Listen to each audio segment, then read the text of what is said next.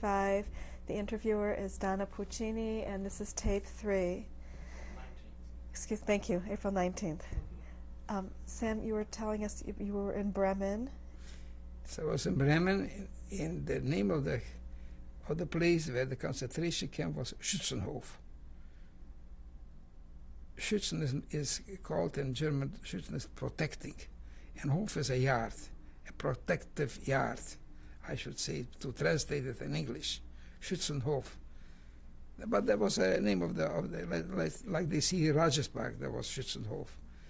And if the German people say that they didn't know the concentration camp existed, they're lying all the way through, because we were surrounded by regular homes, community where people lived, children were there, and the women were there, and men, so they saw everything what was happening. If they were interested, I don't know, or not interested, that I don't know either. Never talked to anybody, never saw anybody.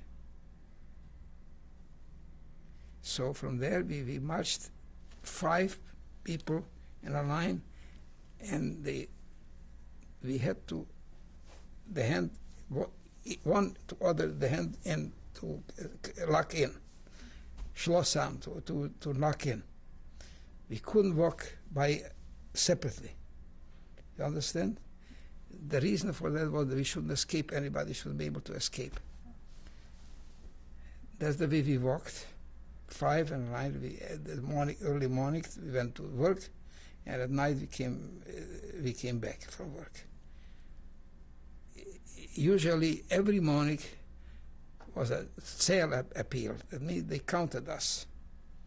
Probably my wife told you the same thing.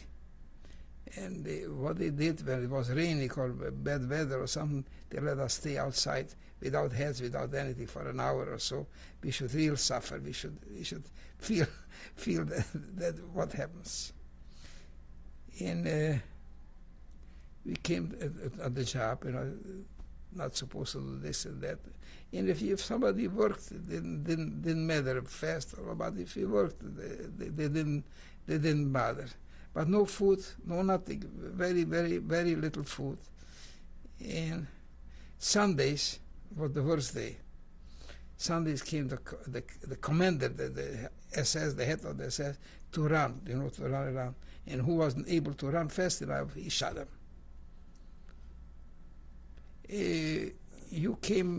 We came in line to get food. And for example, if you came there and you stayed there a half a minute longer to wanted a little bit more water or whatever, they didn't give much, they came right away. They hit somebody killed them. They killed. There was I don't know, we heard the name Capo. Capo was like a foreman. He had shoes with nails on the heels. Threw somebody down and stepped on his neck and killed him right immediately, instantly. I can't understand till today how human beings, how anybody could do that. I can tell you just one thing. Then after I came home, after we were liberated, and we walked on the street in Germany, and we saw children. It didn't, God forbid, would have the thought of me that I should touch the child or hit it, but they didn't even. How can you do that? And they took our children and threw them against the wall with the heads and split their heads. Like, you don't do it a worm, what they did. Animals, worse than animals. It was, you were not supposed to go more than 8 meters from a German officer, or German. In other words, if a German was standing there, you were closer, it was already a big crime. And they killed somebody for it. Offenses, what kind of offenses? It was Christmas. We were going home from work. We went to work. We are going home from work, and somebody there from, as I said, from the population, threw down, I don't know what it was, some food. And you know, people who didn't eat for months, and they see food, they started to. So naturally, they started to shoot. They killed somebody, they were shooting in the air. So right away, everybody, we came back, we came at the camp, and the company commander took and put them down and gave 2,500 behind. 25 what? Hit him on the behind, took off his pants and hit on his behind. And it comes already almost a turn to me. What should I do? And I saw that the people who, from there couldn't get up anymore. They were kaput. And I will tell you, this was not all Jews. It was maybe 20% Jews, 80% were non-Jews. French, Belgians, Greeks, Polacks, every kind, but that's what they did. I just, nothing I figured this way. Whatever happened, happened. I stepped out, I ran on the other side of the waste people who went through already. I didn't care, and nobody caught me. If they would caught me, they would have killed me right away. That was Christmas. That was our present for Christmas. He killed, I wouldn't say many, but 60, 70 people they killed right there on Christmas Day. The whole camp had 900 people. Imagine every week came 200-300 new people. 200-300 new people, 30% came and 30% died in a week. That's the treatment we received. And that way was going on till 1944. We heard already the cannons from the English army, or who English, because we were close to the English, to the part the English, the English came in, and they took. One day they made lines, and they put all the Jews 3 steps forward. So we went 3 steps forward. Then they took from the mostly Polish people. They should go through and they see a Jew, they should point them out. So they didn't find any. So then they took us from there and they put us in open cars. It was winter, and they transported us to Bergen-Belsen. We came to Bergen-Belsen, unloaded from the cars. We were going about 3 days or something. No food whatsoever, absolutely nothing. No water, nothing. How many were left in the cars, in the railroad cars? God knows. I don't know. We came out of there, and we are marching, and then I see some people marching from back. They were mostly Dutch Jews. They came there with the whole families. They brought everything there. They brought their suits, their furniture, their pictures, everything, the whole household. As I showed you here, they brought all kind of things. And they were going down. They were exchanging for trucks. Himmler made a deal with the Allied forces that they will give him 500 trucks or how many if he gives them, 5,000 Jews. Or so. In other words, Jews for trucks. And the deal fell through. They shot them all there instantly. All of them. They executed them. So we came from far. We see some white around the barracks. White.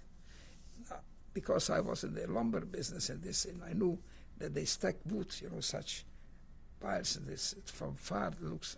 I figured, where do they take so much wood? I came closer. There was corpses. They let them specially to rot outside. They were infected with typhoid fever, with typhoid bacteria, that we should get the typhoid. One thing in Bergen-Belsen, there was no water. There were pumps, there were water pumps, full with corpses in the pumps. So somebody went to get water, he got all the bacteria from the decaying corpses. It's hard to describe, but anyway, when we came, it was a gate, and this side and this side were standing people with big sticks, and we started to go in. They started to hit us. And that was the worst nightmare that I can. Many times I think about it, how I survived that night, and was going in. And because we were rushing so many people, God knows how many people they came, and I don't know. They were rushing one, they stepped one on top of the other, and they were weak, they did for so many days. Hundreds died there. We trampled over them. A whole night I was like this. I didn't know where I am. I was sitting like this. I don't know, like a street out. I didn't know it was dark. In the morning I saw dead people all around me. Nothing. So then our job was, we took off the belt, tied it to a leg, and pulled it to a big grave, a tremendous grave. And we threw in the corpse in the grave. That was the whole job. And whoever was weak and he fell in with it, he stayed there. Didn't matter. Thousands of people, one grave. Thousands of corpses. That's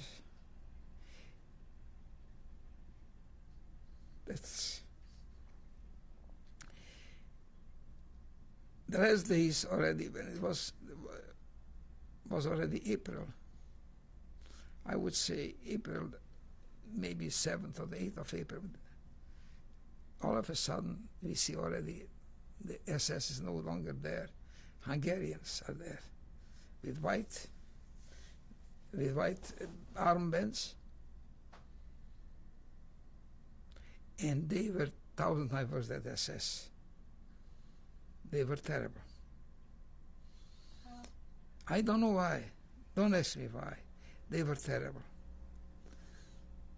Finally, on the 15th of April, on a day, it was a Sunday, 1945, the English army came in.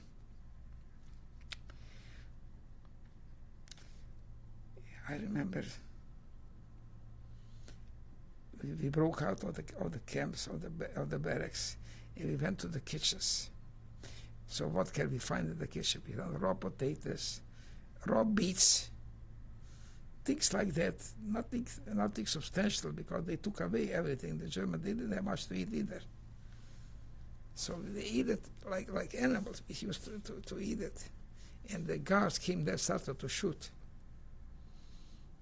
I don't know how, but anyway, they pulled one guy down, one of them, and they tore him to pieces. 2 pieces, the ears and legs and everything, they tore them out. They killed them instantly, before the English army could do anything. Our people did it. It was terrible. So they brought us canned goods. They call it hash. I don't know, you know what hash is? I don't. It's fat. Imagine people who, some of them for years didn't have any food, didn't have anything. They gave it them. By the morning, thousands, about 30,000, we were told were dead. They got from the thing. I don't know how. I didn't touch anything. I don't know why. Probably I was on a diet. I didn't want to eat any fat. And we were liberated. Saturday, before that Saturday, the day before, I had a very good friend, very faithful friend. His name was Blau. The second name was Korci. That's an English, Hungarian name. I would say like Karl. He didn't know what a Jew is. His father was already had accepted Christianity. He was a converted convert. But we became very close friends. And we were hungry. Saturday morning, the sun was shining outside there. we saw already that's the end already, because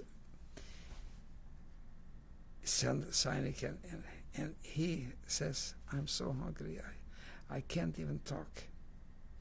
And slowly he got quiet, and it fell asleep and always woke up a little bit.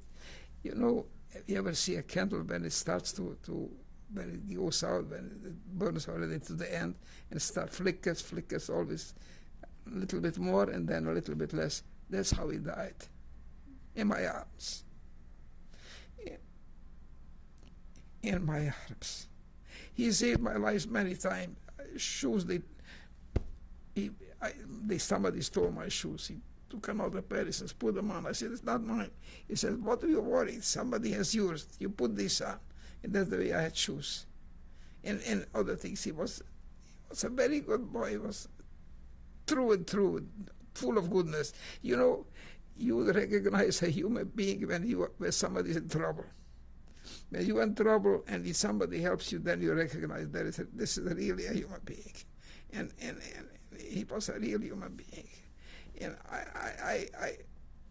I don't remember if I cried or didn't cry. Who could cry already? So much death, so much everything around you. It's hard to describe, hard to say anything.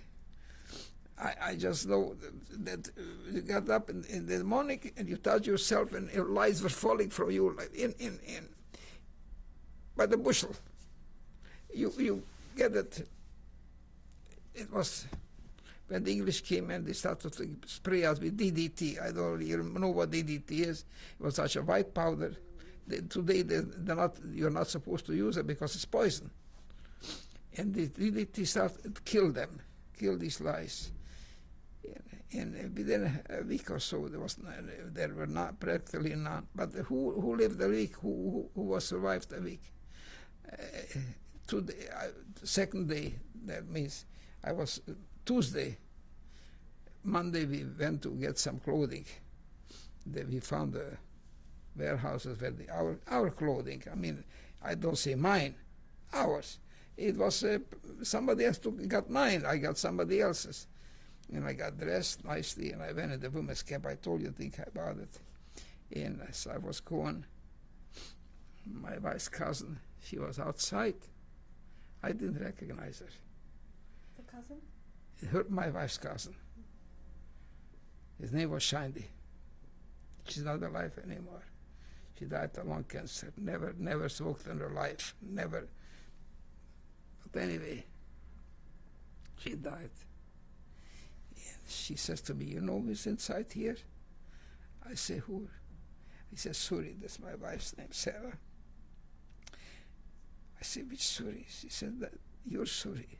I said, my Suri? Who is my Suri? He said, I didn't believe it. I couldn't connect that I had ever a girlfriend whose name was.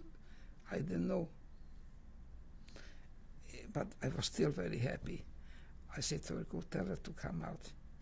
So she went in there. She came back. She says, she wants you should come in. I came in. It was a big hall. Hundreds of girls. A human being should see that. A human being should ever see that. But I saw they came in. These beautiful girls. Without teeth, without hair. The clothing, what they had on this, from their cells, from this, torn from all sides. Sick, dying. It's undescribable. I saw her, and I said, come on outside. She didn't have any hair practically, no teeth.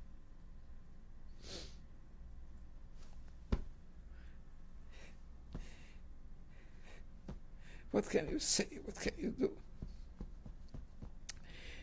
All of a sudden I got the diarrhea because I got also the typhoid. I didn't know that time I started to feel it. And I was a young man. I was ashamed to tell her that I have diarrhea. I said, I have to go back. She said, why do you have to go back? I said, I have to go back. So anyway, I saw her. She came to see me back one day. And then I gave her that from the matzah cover that I showed you. I begged her she should take from me. I went in there with the Holland, the barracks where the Dutch Jews the family used to stay. I crossed over somehow there, and I found that I brought a suitcase, all leather, but it was so heavy. It was full leather, made out of leather. And I found there 2 books that I brought over, handwritten Jewish books, handwritten, beautiful. I brought a talis. You know what a talis is? Praying shawl, I would say. I brought that over, and I brought this here over. And I don't remember what else I brought. And I begged her she should take something with her, because I knew that or I'll die or they will take me away, something will happen. And really, the next day they came, and it was an ambulance. And they put, I remember that much, I remember they put me in an ambulance, and I came to a place where they, warm water, they were washing me. That's all I remember. Then I woke up, I don't know, 2 or 3 days later, my finger, my toe, was hurting me terribly. I don't know, so the doctor came, and I told the doctor, my toe, he says to me, my child, we have to worry more than about a toe. We have dying people all around. That was in the hospital. I stayed in the hospital, I don't know how long. I don't know. I don't even know what happened, when and how. All of a sudden I woke up, and a priest was sitting on my bed. He says, my child, thank God you woke up. And he gave me a piece of chocolate. I remember it, a chocolate. He gave me chocolate. I didn't have a taste. I tasted it. It didn't taste right. I don't know. So then came in a nurse, and she brought to shave me. I was all. And they shaved me. And the priest was very friendly, but he wanted I should pray with him and so on. Somehow that much I know, that I'm Jewish. I told him that I'll pray, but I don't want to pray with the priest. I pray myself. He said, why, my child? He is God. So I started to tell me stories. I said, please, I suffered enough because of that. Leave me alone. Leave me alone. Go away from me. He went away. He didn't bother me. I was there, I don't know how long. I don't know. They gave us food. That was the English already. It was under English supervision. And one thing I can tell you, and I have hard feelings about it, no Jewish organization, nobody visited us. Nobody, ever. Completely neglected, nothing. They had priests, they came. For us, nobody came. The American Jews, from that respect, the Israeli Jews should be ashamed of themselves. Very much ashamed of themselves. Anyway, then they brought us back to camp. To Bergen-Belsen? Pardon me? To Bergen-Belsen? Bergen-Belsen, they put us on a truck. I remember I couldn't get out in the truck. They put me up. Couldn't get up. And they took me down. And as I come down, what do you think who's there again? That cousin, my wife's cousin, the Chinese, there again. She says to me, Suri is not here already. She is already in Celle. Celle was a place from Bergen-Belsen, I don't know, 20 or 30 kilometers away. They were already ready to go home. So she is already there to go home. I said to her, how will I get in touch with her? She says, I don't know. You can write her a letter. So really, I wrote in a letter. Today I can't write anymore very good either, but it was a different story. But that time I couldn't write either. See that I'm an accountant by profession. I couldn't write. What kind of accountant am I? I couldn't write. But the head was still here. I still could think. But I wrote a few lines, not much. She said when she got it, she was very happy. She came alive again. That I'm still around. And so I met there some girls and people who I knew, and some boys I knew from, and we became a little bit, started to socialize. I mean, as sick as I was, and they put me up on a bunk bed, up. If I went up, I couldn't come down. If I was down, I couldn't get up. It was, I'm laughing today, it was no laughing matter. So one day, we were standing for supper, and we came to the kitchen. There was, like from the kitchen, there was a little space, and then was a street, and the street there, such a corner. And here was a street, and there was a sidewalk, and there was a sidewalk, and I didn't have the strength to stand there. So I took, there was such plates. They give us such plates to the food in. So I turned the plate upside down. I put it on the ground, and I sat on it. I couldn't to take off the load on my feet. Was not much to load. It was. I was, maybe you saw a picture. I was very skinny, and as I'm sitting there, all of a sudden I see two girls go by. I take a look. And I start screaming, Raizu. That's her name.